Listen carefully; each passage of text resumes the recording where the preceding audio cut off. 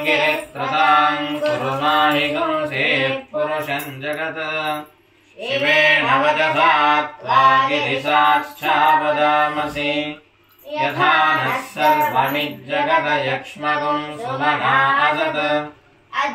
अध्यवोचदधिवक्ता प्रथमो दैव्याभिषक्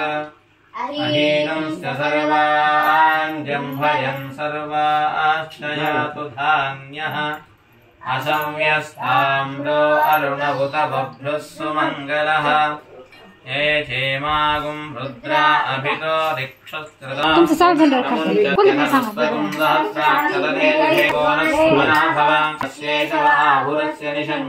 कृष्णवे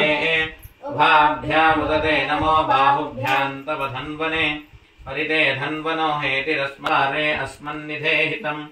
शम्भवे नमः विश्वेश्वराय महादेवाय त्र्यम्बकाय त्रिपुरान्तकाय त्रिकाग्निकाय रुद्राय नीलकण्ठाय मृत्युञ्जयाय सर्वेश्वराय सदाशिवाय